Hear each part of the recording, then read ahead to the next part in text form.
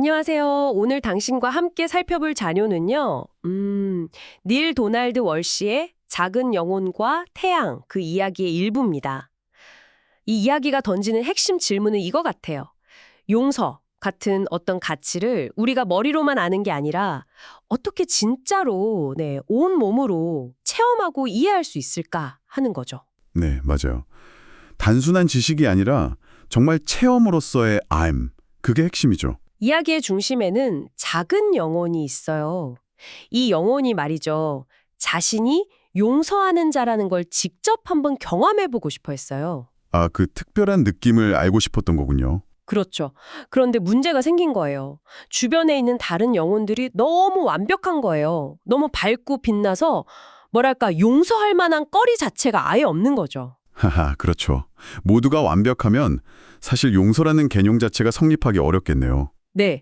그래서 작은 영혼이 실망해서 에이 이거 너무 재미없게 됐네 이렇게 투덜거렸다고 해요. 좀 귀엽죠. 귀엽네요, 정말. 뭔가 간절히 원하는데 환경이 안 따라주는 상황이군요. 바로 그때 다정한 영혼이라는 다른 영혼이 나타나서 정말이지 놀라운 제안을 합니다. 아, 이 부분이 정말 중요하죠. 네.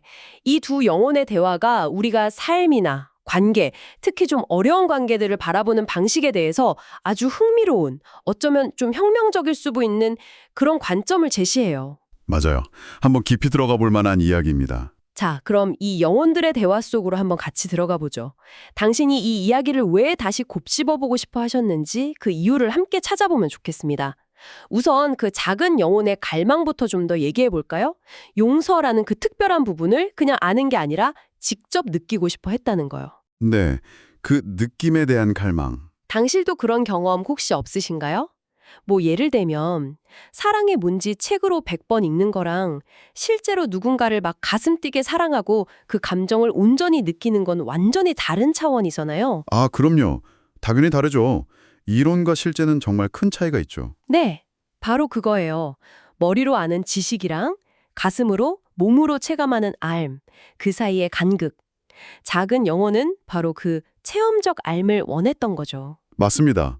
그 갈망이 이 모든 이야기의 시작점이에요. 그리고 이제 여기서 다정한 영혼의 역할이 정말 결정적으로 중요해지는 거죠. 그렇죠. 작은 영혼이 그렇게 원하던 용서 체험 기회가 없으니까 이 다정한 영혼이 딱 나서서 내가 도와줄게 하고 제안하는 겁니다. 어떤 제안이었죠? 다음 생에 같이 인간으로 태어나자는 거예요.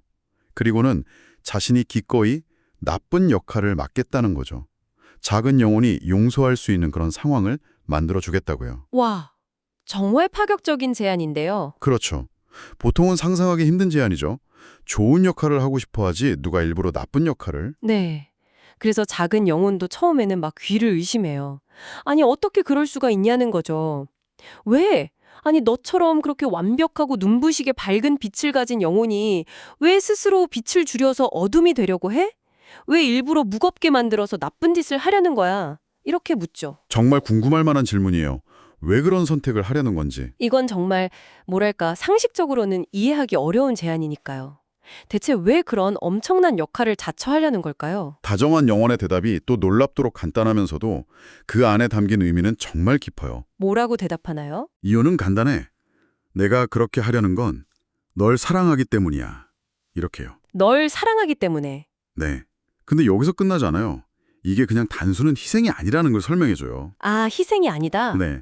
그들은 이미 아주 오랜 시간, 수만 년에 걸쳐서 수많은 생애 동안 함께 왔다는 거예요. 그 과정에서 위아래, 왼쪽, 오른쪽, 선과 악, 심지어 가해자와 피해자 역할까지도 서로 바꿔가면서 도왔다는 거죠. 서로 역할을 바꿔가면서 뭘 도왔다는 거죠? 상대방이 진짜 자신이 누구인지를 온전히 체험할 수 있도록 필요한 모든 기회를 서로에게 제공해왔다는 거예요. 아, 그러니까 이번 생에 다정한 영혼이 나쁜 놈 역할을 자처하는 건 그냥 도와주는 걸 넘어서 그렇죠. 일방적인 희생이라기보다는 뭐랄까 영혼의 성장을 위한 거대한 계획 속에서 서로 맡기로 약속한 역할이라는 설명이에요. 약속된 역할. 네, 이번에는 작은 영혼이 용서하는 자로서의 자신을 깊이 체험하고 이해할 수 있도록 돕기 위한 거라는 거죠.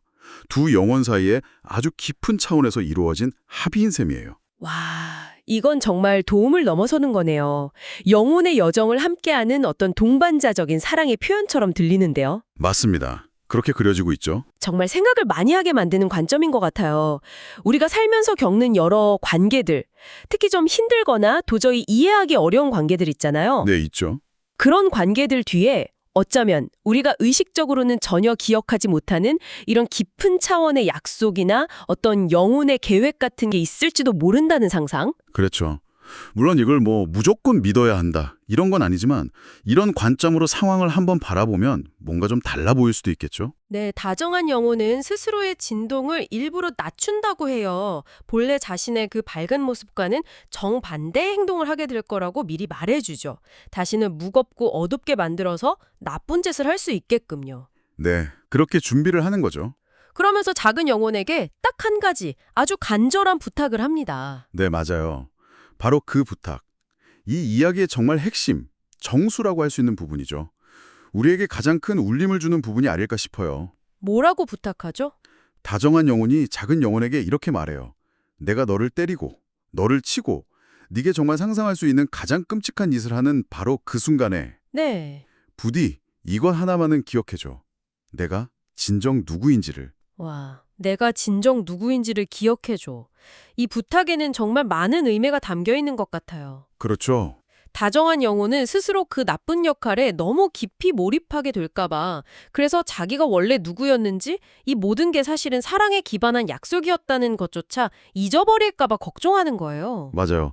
연기에 너무 빠져서 본질을 잊을까봐 두려워하는 거죠. 네, 일부러 자신의 빛을 가리고 어둠 속에서 행동할 텐데, 만약 작은 영혼마저 그 순간의 겉모습, 그 연기에 속아서 진짜 자신을 기억해주지 못한다면, 그러면 둘 다 길을 잃고 말 거라는 거죠. 함께요. 네, 그러면 아주 오랫동안 서로의 진짜 모습을 못 알아보고 방황할 수도 있고, 결국 다른 영혼이 와서 너희 원래 이런 존재 아니잖아 하고 일깨워줘야 할지도 모른다고 우려하죠. 여기서 서로를 기억해 준다는 행위가 얼마나 중요한지, 그 힘이 얼마나 큰지가 정말 절절하게 느껴져요. 맞아요.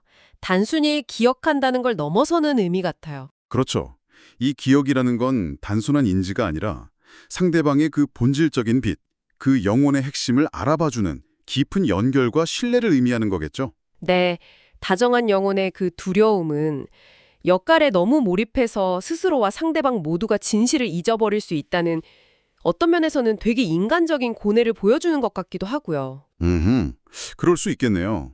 그리고 바로 이 중요한 대화가 오가는 그 순간에 이야기 속에서 신 혹은 하느님으로 표현되는 태양이 나타나서 아주 중요한 말을 덧붙입니다. 아, 신이 등장하는군요. 네, 모든 영혼들에게, 특히 이 두 영혼에게 약속하듯이 이렇게 말해요. 언제나 기억하거라. 나는 너희에게 천사 말고는 아무도 보낸 적이 없단다. 나는 너희에게 천사 말고는 아무도 보낸 적이 없단다. 아, 이 말 정말 곱씹어 보게 되네요. 그렇죠. 굉장히 강렬한 메시지죠. 이 메시지는 우리 삶에 나타나는 모든 사람들, 심지어 우리에게 가장 큰 고통이나 어려움을 주는 것처럼 보이는 사람들조차도 더 깊은 차원에서는 우리 영혼의 성장을 돕기 위해 온 천사일 수 있다는 거잖아요. 네, 아주 파격적이고 확장된 시각이죠. 표면적으로 드러나는 역할이나 행동, 그 너머에 있는 존재의 본질, 그 신성한 불꽃을 보라는 강력한 메시지 같아요. 맞습니다. 여기서 천사라는 비유는 그 사람이 인격적으로 완벽하다거나 항상 착한 일만 한다는 뜻이라기보다는 아, 그런 의미는 아니군요. 네, 그보다는 그 존재와의 만남 자체가 우리 영혼의 여정에 꼭 필요한 어떤 배움이나 성장의 기회를 가져다 준다는 그런 깊은 의미로 해석될 수 있겠죠. 마치 다정한 영혼이 작은 영혼의 용서 체험을 위해서 기꺼이 어려운 역할을 맡은 것처럼요. 정확합니다. 그리고 신의 이 메시지는 다정한 영혼의 부탁, 즉 나를 기억해줘 라는 그 요청과도 아주 깊게 연결돼요. 어떻게 연결되죠? 상대방의 행동이 아무리 힘들게 느껴지더라도 그 안에 있는 본래의 빛, 즉 천사로서의 모습을 기억하려는 노력이 중요하다는 거죠. 그렇군요. 다정한 영혼을 기억하는 것과 모든 존재를 천사로 보는 것이 연결되는 거네요. 네, 같은 맥락인 거죠. 작은 영혼은 이 모든 대화와 약속을 마음 깊이 새기게 됩니다. 다정한 영혼의 진저 모습, 그 눈부신 빛을 어떤 상황에서도 꼭 기억하겠다는 약속을 굳게 하죠. 네, 그 약속이 중요하죠. 그리고 자기가 이제 곧 용서라는 그 특별한 빛을 체험하게 될 거라는 사실에 기뻐하면서 동시에 그 체험을 가능하게 해줄 다정한 영혼에게 미리 감사하는 마음을 품고 새로운 삶 속으로 뛰어들어요. 기대와 감사를 안고 시작하는 거네요. 네, 특히 새로운 생에서 누군가가 자신에게 고통이나 슬픔을 안겨줄 때마다 신이 해주었던 그 말, 나는 너에게 천사 말고는 아무도 보내지 않았다. 는 말을 떠올리기로 굳게 다짐하면서요. 그 다짐 자체가 이미 용서를 향한 큰 걸음처럼 보이네요. 맞아요. 그렇게 느껴지기도 해요. 오늘 우리가 함께 살펴보니 작은 영혼과 태양 이야기는 당신이 왜 이 자료에 주목했는지 정말 알 수 있을 만큼 참 많은 생각거리를 던져주는 것 같습니다. 네, 그렇죠. 곱씹을수록 깊은 맛이 나는 이야기죠. 우리가 살면서 겪는 정말 피하고 싶은 그런 어려움이나 고통스러운 관계들이 있잖아요. 그런 것들이 어쩌면 그 표면적인 갈등이나 아픔 너머에 서로의 영혼 성장을 위한 아주 심오한 약속이자 깊은 사랑의 표현일 수도 있다. 이런 가능성을 열어주는 것 같아요. 맞아요. 작은 영혼이 용서라는 빛나는 자신을 체험할 수 있도록 기꺼이 어둠처럼 보이는 그 나쁜 역할을 맡아준 다정한 영혼의 이야기처럼요. 네. 이 이야기는 삶의 그런 불가피한 어려움들을 바라보는 어떤 새로운 렌즈를 제공한다고 볼 수 있어요. 물론 이게 현실의 고통을 당장 없애주는 마법 지팡이는 아니겠죠. 당연히. 그렇죠. 현실은 현실이니까요. 하지만 당신의 삶에 이 관점을 한번 적용해 본다면 어떨까? 이런 생각을 해볼 수 있을 것 같아요. 혹시 지금 당신을 좀 힘들게 하는 어떤 특정한 관계나 아니면 풀기 어려운 상황 같은 게 있으신가요? 그 표면적인 갈등이나 불편함 아래 혹시 이 이야기에서처럼 서로의 더 깊은 성장을 위한 어쩌면 우리가 까마득히 잊어버린 영혼 차원의 동의나 혹은 당신이 이번 생에서 배우기로 선택한 아주 귀중한 배움의 기회가 숨겨져 있을지도 모른다고 한번 상상해 보는 거예요. 상상해보는 것만으로도 뭔가 좀 달라질 수 있을까요? 그럴 수 있죠. 그 상황이나 그 사람 안에서 겉으로 보이는 모습 너머의 천사, 그러니까 그들의 본래 빛나는 모습이나 혹은 그 상황이 궁극적으로 가져다 줄 수 있는 어떤 숨겨진 선물을 기억하려는 의식적인 노력을 기울여보는 건 어떨까요? 기억하려는 노력? 네, 물론 쉽지 않은 일일 겁니다. 특히 감정이 막 격해질 때는 더 그렇죠. 하지만 이 이야기처럼 그 기억하려는 노력 자체가 관계의 역학이나 상황을 해석하는 당신의 내면 풍경에 어떤 미묘하지만 중요한 변화를 가져올 수 있을지 몰라요. 아, 그러네요. 이게 심리학에서 말하는 인지적 재구성? 이런 거랑도 좀 비슷한 맥락일 수 있겠네요. 상황을 바라보는 틀을 바꾸면 감정이나 행동에도 영향을 미치는 것처럼요. 네, 맞아요. 비슷한 원리라고 볼 수 있겠죠. 단순히 긍정적으로 생각하자 이런 차원을 넘어서 관계나 사건의 이면에 혹시 더 깊은 의미나 목적이 있을지도 모른다는 그 가능성을 열어두는 것만으로도 문제에 완전히 압도당하지 않고 조금은 거리를 두고 바라볼 힘을 얻을 수도 있을 것 같다는 생각이 드네요. 그렇죠. 다정한 영혼이 나를 기억해줘라고 부탁했던 것처럼 어쩌면 우리 안의 작은 영혼 역시 힘든 순간에 상대방의 본질, 그리고 이 상황이 가진 더 큰 그림을 기억해내려고 애쓰는 것일지도 모르겠어요. 그렇겠네요. 마지막으로 이 이야기가 던지는 조금 더 확장된 질문을 당신과 함께 고민해보고 싶습니다. 네, 어떤 질문인가요? 이 이야기는 우리가 서로에 대한 깊은 사랑 때문에 각자의 영혼 성장에 필요한 도전들을 마치 미리 계획하고 이 세상이라는 무대에 등장한다고 제안하는 것처럼 보이잖아요. 네, 그런 느낌이 있죠. 만약 이것이 단순한 비유를 넘어서 정말 진실이라면 어떨까요?